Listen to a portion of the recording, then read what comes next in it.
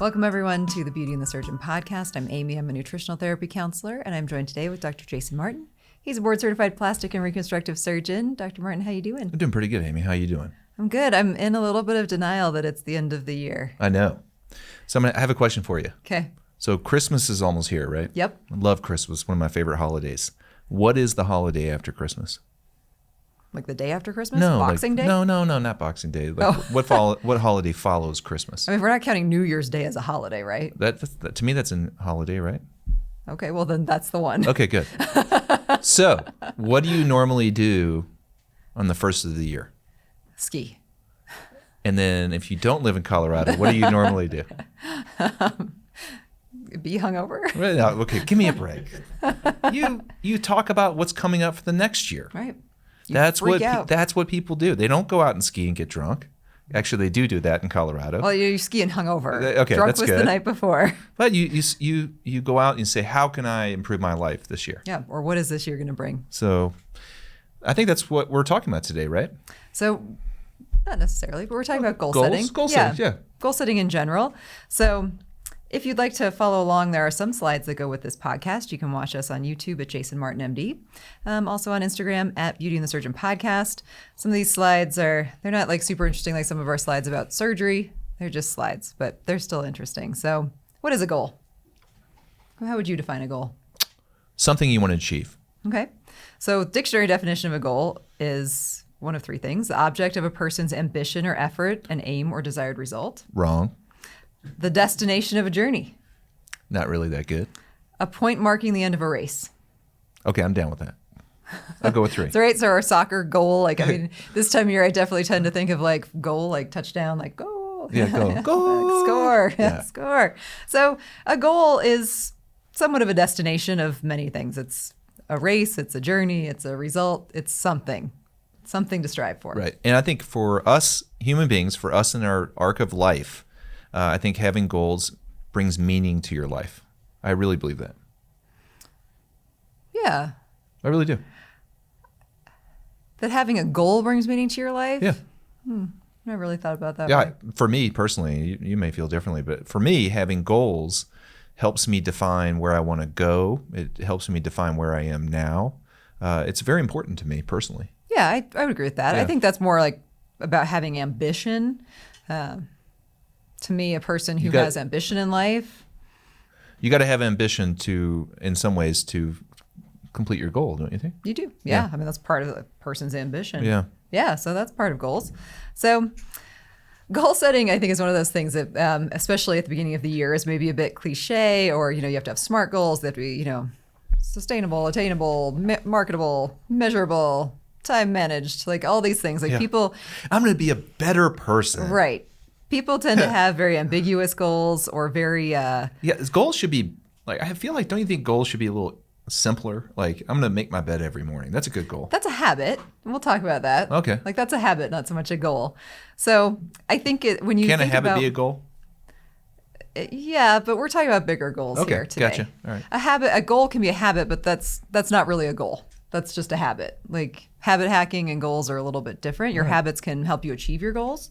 A goal might be to have a very clean room. What's one of the things that's going to help you get there? Making your bed every day. Like, it's more of a habit that contributes to an overall, like an overreaching goal. Gotcha. And I think that we'll talk about how to pare down goals. And I think that's something that's really important. People tend to see everything as a goal, right? This is my goal. This is my goal. This is my goal today. This is my goal tomorrow. Like, at some point, those aren't you're not really giving any of those goals your full attention. Right. And that's a problem. And then it loses power, and then you don't achieve that goal. Then it's not so much a goal. It's just something you're not doing. You know who talked about that? Ryan Doris. Yeah. That was a really good episode to listen to. He talks about goal setting and in reaching your goal and how to do that, methodically going through it stepwise. Yeah. Remember his bulletin board? Yeah. He had the hash marks on it. Yeah. He was like a mad scientist. Yeah. His board, like a tracking essentially board, was really, really cool. Yeah. So when you think about goal setting, I put goal setting, otherwise known as what kind of pain do I want? Because when you set a goal that's a big goal, and I'm talking about big goals, I'm not talking about making your bed every day. I'm talking about really life-changing goals, or the things that you were talking about that keep your life moving forward or giving your life meaning. There's a couple of things you have to think about with your goal. Like, are you willing to accept the sacrifices required to achieve your goal? Basically, everyone, wants in their mind thinks of these grandiose things, but are you really, really willing to do the things that go along with that goal? Do you want the lifestyle that comes with your quest or goal? Do you want the boring process that comes before the glamorous, exciting outcome? Like, everybody wants a gold medal, but few people want to train like an Olympian or are willing to train like an Olympian. So when you think about your big goal, think about the things that are going to help you get there and see if you're willing to make those sacrifices. Like, if you want to be a surgeon, are you willing to cut people and maybe have somebody's life in your hands? Like, those are big things. Like, do you really want that goes along with it? Yeah, that takes a lot of stuff. I've always been the type of person that could force myself to work, get up early, work. It's been part of my makeup. And so it's allowed me to reach some of my goals that other people couldn't reach because they just didn't have the work ethic. Right, because they weren't willing to take the suck, essentially. Right, but there are other people that reach those goals that maybe didn't have the work ethic I had, but they were just had better quality of life. Maybe they, were in a better state mentally, right? So it's a trade-off, but I mean, there's different ways to get to the end of the race, but you have to accept the boring parts and the hard parts. And to me, that was a big, at least if you're talking about training for surgery, just using that as an example, most of it was boring. Most of it was arduous. Very few times was it the exciting outcome part. Right. Maybe saving somebody's life. A couple times a year you would save someone's life, and that filled you up. I talked to someone recently who was going through surgical training. Surgical training is so arduous and hard and demoralizing in some ways. And he kept a box filled with pieces of paper that had little notes from patients who had given him compliments or thanked him. He wrote it down almost like a diary. Yeah. But he put it in a little box, and when he would have a hard day, he'd just read them. See, and that's excellent. We'll actually talk about one of the goal setting or techniques essentially to help you reach your goals, and visualization is a big part of goal setting, and that's definitely reinforcing. Are we gonna get into that M word, the one that I have a hard time with? Meditation. Oh yeah. Not unless that's one of your goals. Okay. So good. What are some tips 3 tips for setting goals that you'll actually follow? And this is, obviously there has to be some thought that goes into your goals. And this first one I think is probably the most important, to ruthlessly eliminate your goals. So this is kind of the 4 burners theory, meaning that you can only have one thing that's really getting the focus. If you spread your heat out amongst your 4 burners, you're just diluting all your goals. So full growth and optimal living require pruning. And I sent you something about pruning this week. And it's very true. Like, look at your trees, your rose bushes, anything that you're trying to grow. If you just let it go with abandon, will it survive? Yes. But will it ever really thrive at its peak? Not really. And, goals are very similar. If you, want to think that you can have 1,000 goals going at once in many areas of life, it may not be realistic. It's better, you can have a very strong work goal, a very strong life goal. Those things can probably be going on at the same time. But having, chaos of goals just really means you're probably not going to get to the end of those quickly or efficiently.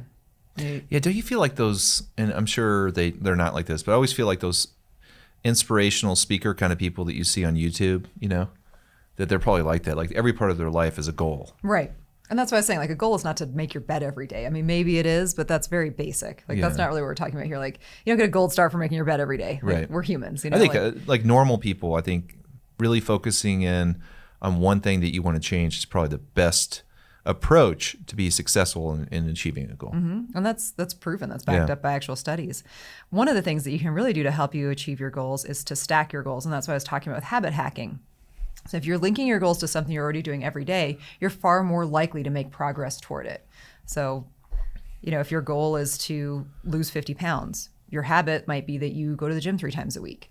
And how does that habit help? That habit is helping you reach your goal, and all these little things that you can kind of do at the same time. Like, you also need to make sure you're, drinking enough water. So if you, add all these things together that kind of then add on themselves. These habit things, right? Yeah. Like, if you need to remember to take medication, you put it next to something every day. You do that one thing and you take it. Brush your teeth, take your meds.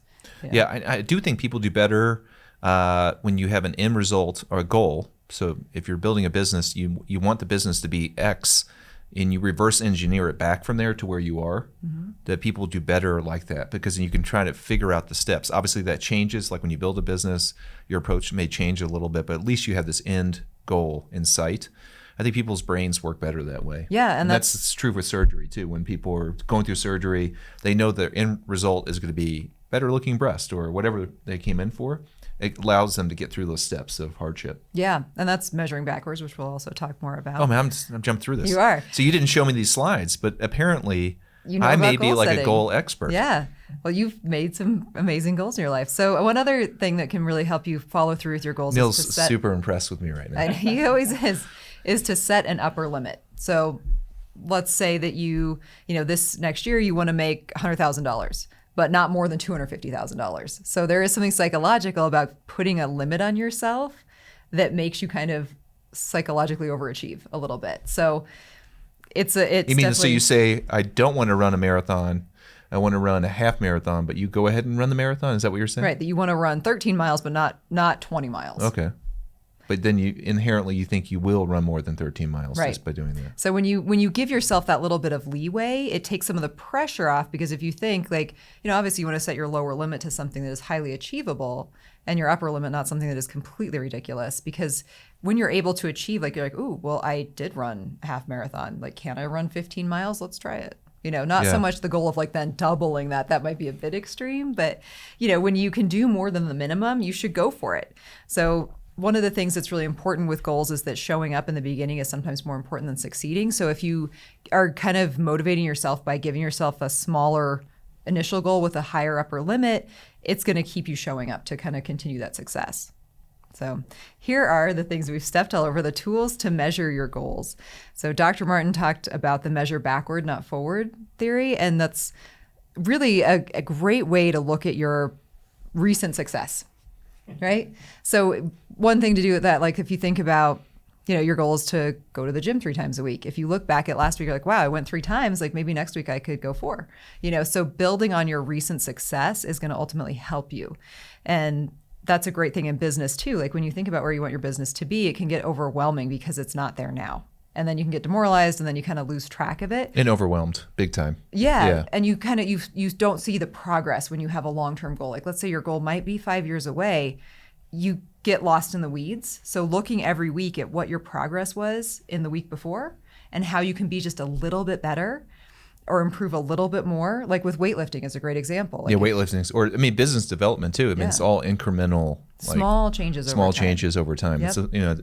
It's evident in both those things. Yeah, and it's about being a little bit better continually versus why am I not at my goal that's pretty grandiose right now. Right. And, resistance training, that's why it's so good to have a coach, because it takes out all the arbitrary mental nonsensicals that you think all the time, and it puts you on track, a stepwise process to increase, guide it from someone who's not emotionally charged as your brain may be during that process. Right. And that's why looking back at your own progress on a very short-term basis, looking back right away at the end of each week, helps you be a little bit more aware of the small changes that are happening over time. When you check in with that coach?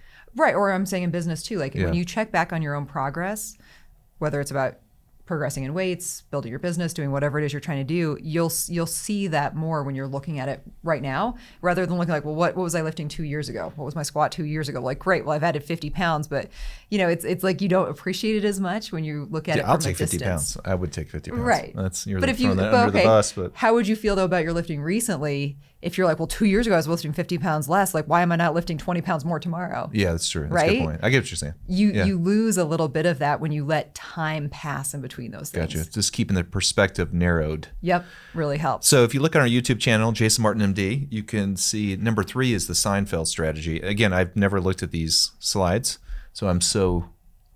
Well, should we talk about number 1 first? Oh yeah, talk about number 1 first. So number 1 is the paperclip strategy. And so this is, remember, we're talking about measuring your goals. So the paperclip strategy is more about the visualization of your goal. So the setup here was there was this, young person got a job at a bank or whatever and had his goal to make 25 calls a day. So he had a little jar on his desk full of 25 paper clips and an empty jar. And he would sit at his desk and every time he made a call, put 1 paper clip into the next. In a year, he was making a 6-figure income and went on to buy the company or whatever. Big things. But they started with that visualization of the very small things. So if your goal is to, sell more cars, every time you sell a car, you moved your paperclip over. Every time you talk to somebody about a car, those things, every time you do something that is going toward your goal, you visually do something, and then the next day you start over. Great, I made 5 cold calls today. throw them back, do it again. So after this podcast, if I'm talking to someone and they say something nice to me and they take a paperclip from one jar to another, would I assume that they're doing the paperclip strategy just to be a nicer person? Yeah, or that they're really bizarrely OCD. Yeah, I know. They just bring the paper clips out with them into like public. These paper clips, but these things. That's are really true. smart. I mean, in something tangible, something you can see. Mm-hmm. I mean, that's what Ryan Doris was doing. He just did it on a bulletin board. Yep. Yeah. So it's a great way to give yourself some visualization of your goal, especially if it is maybe a really big goal. Like say you want to save a certain amount of money for like a down payment on a house. Like if you had something in your house where every time you saved $10, you threw a marble in a jar, and eventually that jar would be full. So those things really, they keep you focused on your goal because they're in front of you. The paperclip strategy for this person I talked about in the beginning, he may have been doing that daily, like starting over with the same 25 every day. But if you're building towards something bigger, it also applies because you see that progress over time. And I think a lot of people intuitively do this, like with children, like showing them their progress. Like, look at how well you did today. Here's this to show that you did this today. Like you made your bed today. This is when a gold star does come into play. I think there's so many things in life that get measured, but the fact that you can do it yourself empowers you as opposed to being a negative. Mm-hmm. Yeah. A lot of people don't like to be measured. It makes them uncomfortable. Right. And here you're controlling the measurement. You're looking at it. You're part of the process. It's not like being told to you, like at work, your boss comes down and says, you haven't done these things correctly. Here you're in control of everything, which I think helps people mentally. Yeah. And some of that you can take the emotionality out of things when you add data to them. So think about the paperclip strategy. Like let's say your goal was 25 of something every day. And you wrote down how many you actually accomplished at the end of the day. If at the end of the week your average was, let's say, 23, then the next week, great, let's try and make my average 24. It's just data at some point, which can help you stay a little bit more objective about your goal also. Yeah. You don't have to have emotionality attached to it. You can really just look at it as like data that you're tracking, which helps too. Because it is hard especially when it's a goal that you want so bad, it's hard not to have your emotion attached to it. That just kind of proves the point, though, that goals that are data driven are almost easier sometimes than ones that aren't. Mm-hmm. Like if your goal is just to be a better person, it's really hard to measure that from a data standpoint. Well, not really. What if your goal was to be a better person? Like you decided that part of that was to compliment 5 people a day. No, I get that. You can still, and that's as I'm just saying, like if your goal was to lose 50 pounds, that's easier to quantify in some ways. Potentially. Yeah. And that's where, really this past couple of years, we were working with a company here in Colorado that was helping with healthcare, kind of helping doctors' offices be ready for some of the healthcare reform. But one of the things that they were really big on was data tracking. And I kind of thought the same way, like, well, in plastic surgery, there's not as much that we can track, Yeah, I was about it's to a say little that. different. Yeah, it's a little different. But when you look at things, like you can start to see that maybe it's not so different. You just have to think more creatively about the data that you can track. Yeah, that's what I was getting at. So you can track these things. You just have to be more creative in terms of your measurables. Yeah. Interesting. Yeah. So number 3 is the Seinfeld strategy. Do you have any idea what this is? No. No? Nils? Ever heard of the Seinfeld strategy? He has no idea either. So the Seinfeld strategy is all about creating a chain of habits, essentially. So a young comedian asked Seinfeld, Jerry Seinfeld, what was his best advice for becoming a good comedian. And he said that write every day, write jokes every day or write content every day. And eventually, you'll get good stuff. But you have, it's about doing it on the daily basis. So the thought that when you're creating a chain of habits, so for every day, and this was what Ryan Doris, with his giant calendar, what was that? That was habits on the daily basis. You could create a chain and how many days in a row can you write? How many days in a row can you, make your calls that you need to make? How many days in a row when you're trying to be a better person did you, call your mom or say something nice to your kids or, kiss your wife? All those things that in your mind, whatever that is that's going toward your goal, how many days in a row can you keep that going? And that's going to help you measure your success. And that's what Ryan Doris was using to kind of measure his success at some of his habits that he was tracking.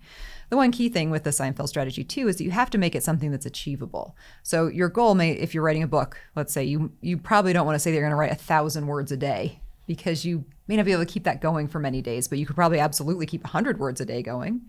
So making it something that you can maintain for a long period of time. And then something Ryan Doris said was, even if you don't achieve every day, don't be demoralized. You got the next day to do it. Yeah. And even with him, drinking water was, it was one of them. One of them. And sometimes he would totally fail at that. Right. Which seems so easy. But when your day gets busy and you're doing stuff, Right. Or connecting with his girlfriend, just things that may seem like everyday things, you can still make those part of your overreaching goal, you know, that contribute to it, and you can track those things. And like you said, things that you can measure in some way, you're probably going to be able to be more involved in that process and stick to that goal with a little bit more intensity and vigor because you're tracking it. So just some helpful tips, which you're basically, all about. I mean, all these are tips to game your mind, which is chaotic. It's true. Yeah. I mean, that's all you've got, you know? So one of the other things you can do, and this is, again, we've talked a lot about what Ryan Doris said, but he was incredibly inspirational, so you should definitely listen to that podcast too, is that you can align your environment with your goals. So choice architecture is kind of the word that they use for this. So these things include simplicity, visual clues, and then opt-in versus opt-out, or opt-out versus opt-in. You may not remember forest bathing. Yes, I do. That was from Stuff We're Into, episode 1, where Dr. Farron talked about hiking, and I brought up forest bathing. And I didn't believe you. It's a thing. Yeah, it totally is a thing. Yep. Because to me, that's a bunch of hippies in Colorado with patchouli oil. And, you know, that's not what you were talking about. No. You were talking about Japanese people that go into the forest and try to calm their brain and be in there in kind of a more simple and inspirational environment. That's where your head can work better. Mm-hmm. You know, it's kind of like a meditation. And it's a known thing. It helps with your mental state, mental illness. It can be positive. And so aligning yourself in the environment, having a simple environment that's not cluttered, can help you with those habits. It can help you not avoid doing the habits you need to do. It can also, right? Mm-hmm. The idea is make you more successful in achieving this goal. It is, and that simplicity too can come down to your actual goal itself, and that's where the kind of goal pruning comes into it. If your goal itself is kind of chaotic or not focused. You sent me that pruning thing. That kind of struck a chord. Yeah. I tend to have a lot of things going on. I can multitask. But see, they've proven that you really can't. Well, like this has been. They haven't met me. I know. That's what I was thinking. Like, oh, I can do this. They haven't met me. I can so multitask. You mean, go to some like research facility. Like, we've never met a human that can multitask like this before. Right. This is maybe your superpower. I know, but pruning is important. I mean, what's the biggest problem right now? Why is everyone so stressed out in our culture, at least in America? It's just a lot of stuff going on. Mm-hmm. Like way too much stuff coming at you. Amy talks about this all the time. Turning the phone off. I mean, even the electrical signals coming from the phone are messing EMFs, you up. Yeah. So, trying to simplify is really, really important, I think, for anyone at any stage in their life to achieve a goal. And you see that resistance training, we always go back to that because Amy and I like to do it.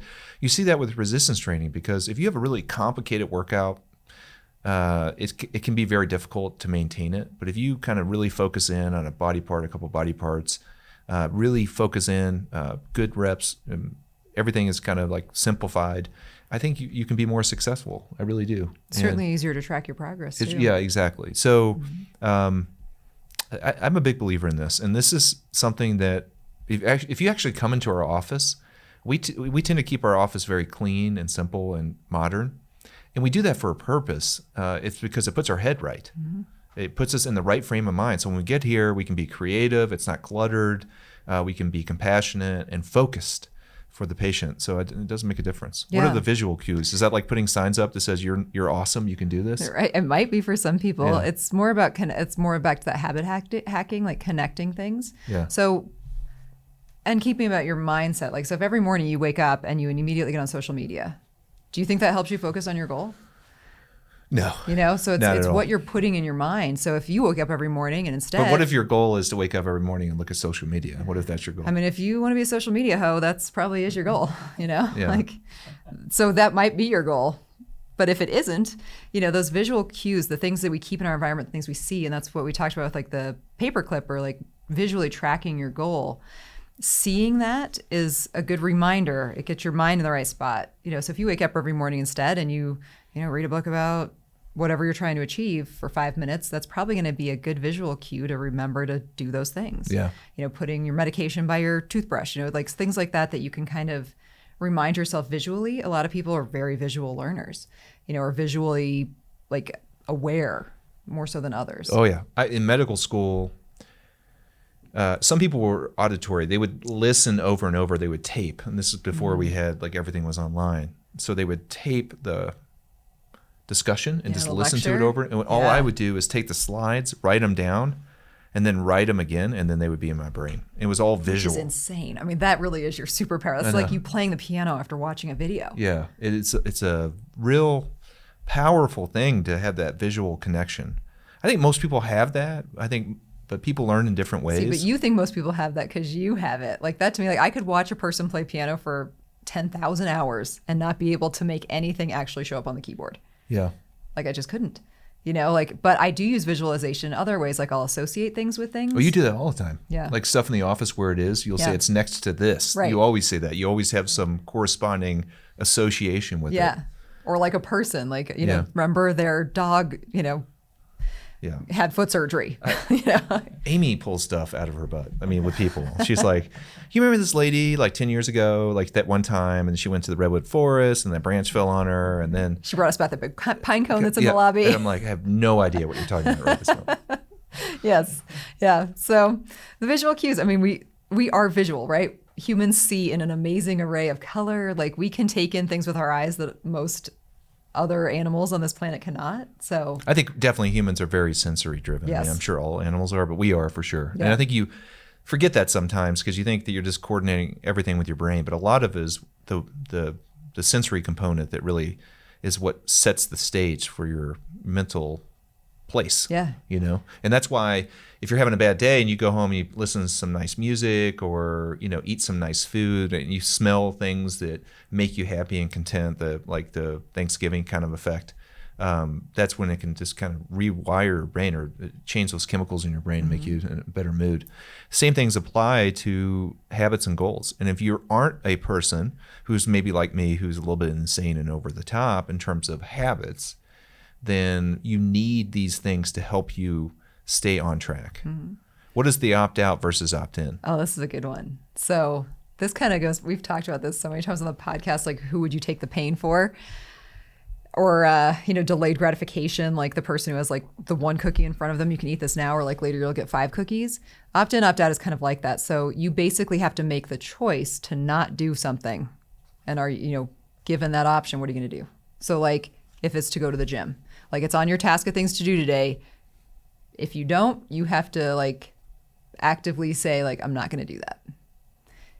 When you're forced to like do something to show that you're not doing something, you're more likely just to do it. Yeah, I get it. Like, and this is, not maybe so much true in children, but as we become adults, like rather than explain or have to deal with the effect of not doing something, we're more likely to just do it. Well, it's crazy. Have you ever looked at the studies on lying? The people are baseline liars, right? And that is just a coping I'm mechanism. an Aries. I don't lie. I know. We know that, Amy. Sometimes I wish you would lie. I know. You always say that. Yeah. Like, I just can't. Like, I know. Can you just please not tell the truth right now? No. No. So the people are baseline liars. And a lot of it, is more of an evolutionary thing, right? You had to get out of things. Mm-hmm. You had to be creative in your discussion and avoid trauma. So it's just inherent in the human construct in nature.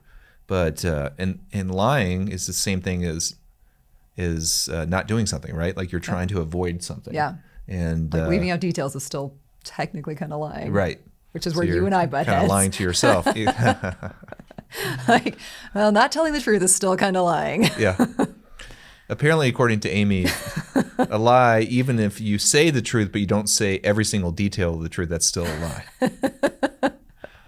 It's a weird world I live in. Oh my God, I hate it. Yeah. But, if you have to actively say, like let's say on your list of things to do, like instead of just checking things off that you did, if you have to check things off that you didn't do, like you're much more likely to actually just do them. Yep. Mm-hmm. Yeah. So, yeah. So it is almost 2020. Right. So we started this out by saying that in New Year's, people make goals. They do. Yeah. You were like, I don't know. I'm like, that's pretty much what everyone does. They do. But it's more I know, because you thought I was like diminishing what goal itself. Yeah, exactly. So I think goals are really important. I said that before. Goals are very important to me. I'm always aspiring to do new things. Like you said, the piano. Mm-hmm. I told you I wanted to learn how to play the piano, and I would stay up late at night and watch YouTube videos. That to me was important. Yeah. I'm not really sure if that's a goal, but it kind of is a goal, don't you think? Yeah. Just to improve myself, have a creative outlet. Mm-hmm. Amy, 2020. It's kind of crazy. I know. Like even seeing it there kind of freaks me out. I know. It's just kind of nuts. It's coming. So we got Christmas. Christmas is great, but then New Year's and then January. Yeah. In Colorado. 2020. What are your goals?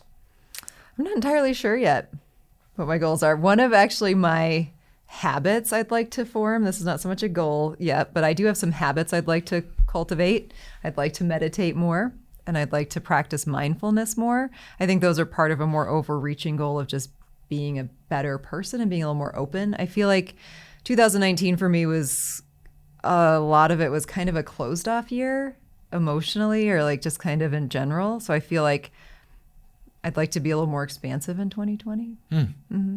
Emotionally speaking. Yeah, and I don't really know what that goal is, but I know that some of the habits I need to get there. Yeah. What about you, Nils? Nils is our producer. Less booze. He's Northern European. He's like Norwegian. He can't, Yeah, they can't get through the winters without just being completely drunk. And if you go to Norway, which I've been to Norway, or any country up there, they are like really fun people, but they definitely drink a lot. Yeah. See, that's kind of fun in the winter. I mean, that actually makes kind of sad. I mean, it's literally dark for like months. Yeah, it's dark. It's cold. Yeah. Like, can we get a little whiskey up in here? And we were there in the summertime, and people are just like running all the time. We're like, oh, God, these people are so healthy. It's like worse than Colorado. And you realize they're running because like half the year they can't run. Yeah, the darkness is coming. Yeah. Winter is coming.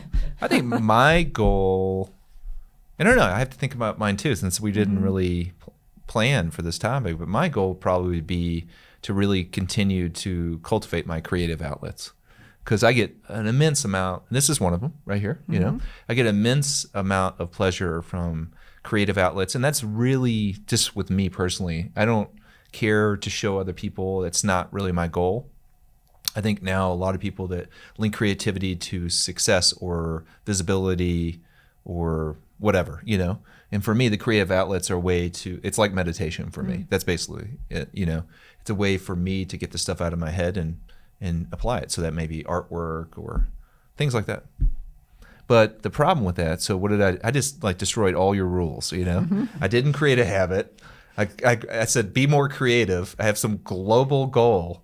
Like, I'll never accomplish that, right? So I need to go back and listen to this podcast again and figure out how I can do that. Right. Well, you just have to decide what creativity means to you. And that's the conversation that you and I have all the time. Like what does success look like to you? Like when you'll say, oh, so-and-so so successful. I'm like, well, what part of that person to you is success? You know? Right. So I think that's it. And for me too, I mean, I agree. I didn't really give a definite goal either, because I don't really have one formed, but we got to work through our goals. Working backwards to like, we have 2 weeks. We got 2 weeks. I know. You have to write it down on January 1st. Yeah.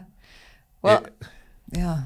I mean, I don't know. We got, yeah. Ugh, so much stress. It is. It's pressure. I do think that, you know, a big part of what we do in plastic surgery, and we've talked about this before, is help people kind of improve their life and have better self-perception and achieve certain goals that they couldn't achieve without surgery, right? But it's more about making them feel good and feel positive.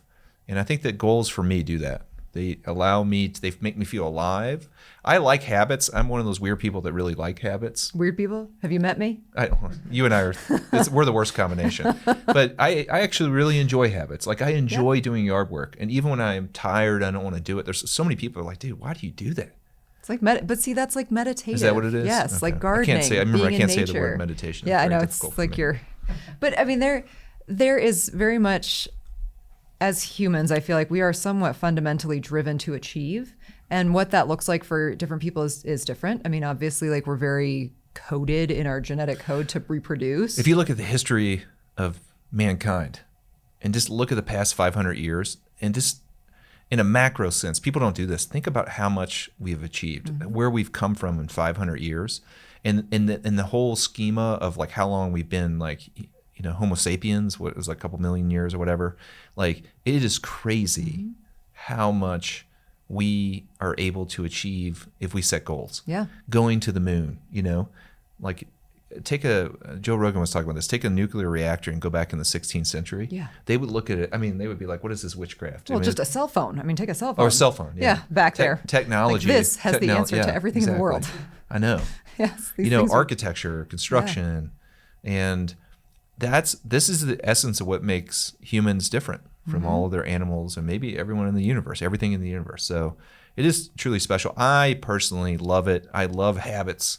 I think people that know me would say maybe, hey, dude, lose some habits and just like be cool and have fun, you know?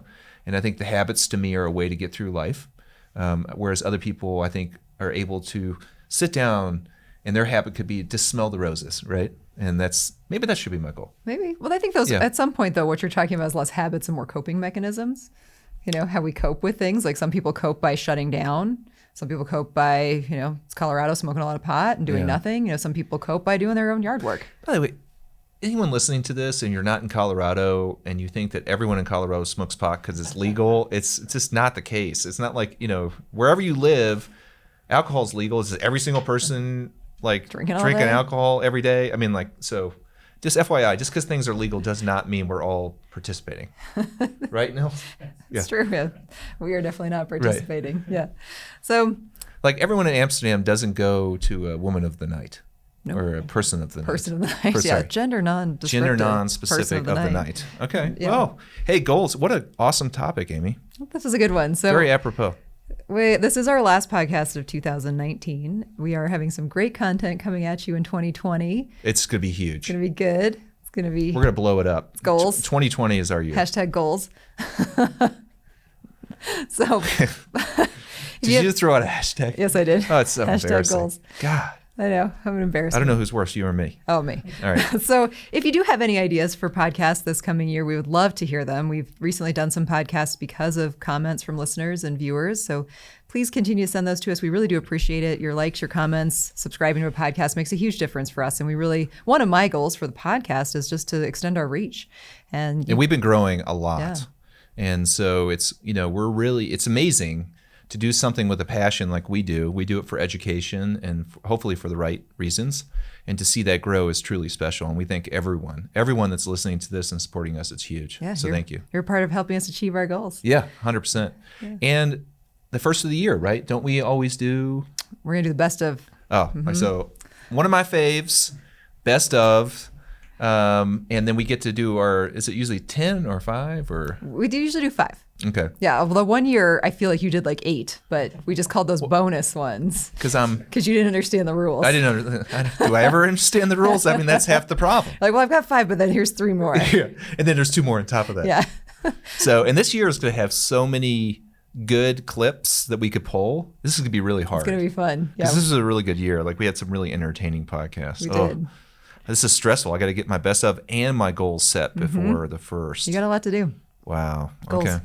So thank you again so much, everyone, for listening to us this year and your comments and your likes and sharing us with your friends. We really do appreciate it. So please be sure to follow us on Instagram at Beauty and the Surgeon Podcast. We're also on Instagram and YouTube at Jason Martin MD. We appreciate everybody. Hope everyone has an amazing Happy holidays. holiday, New and Year. New Year. And we'll see you on the 1st. All right. Bye, everyone.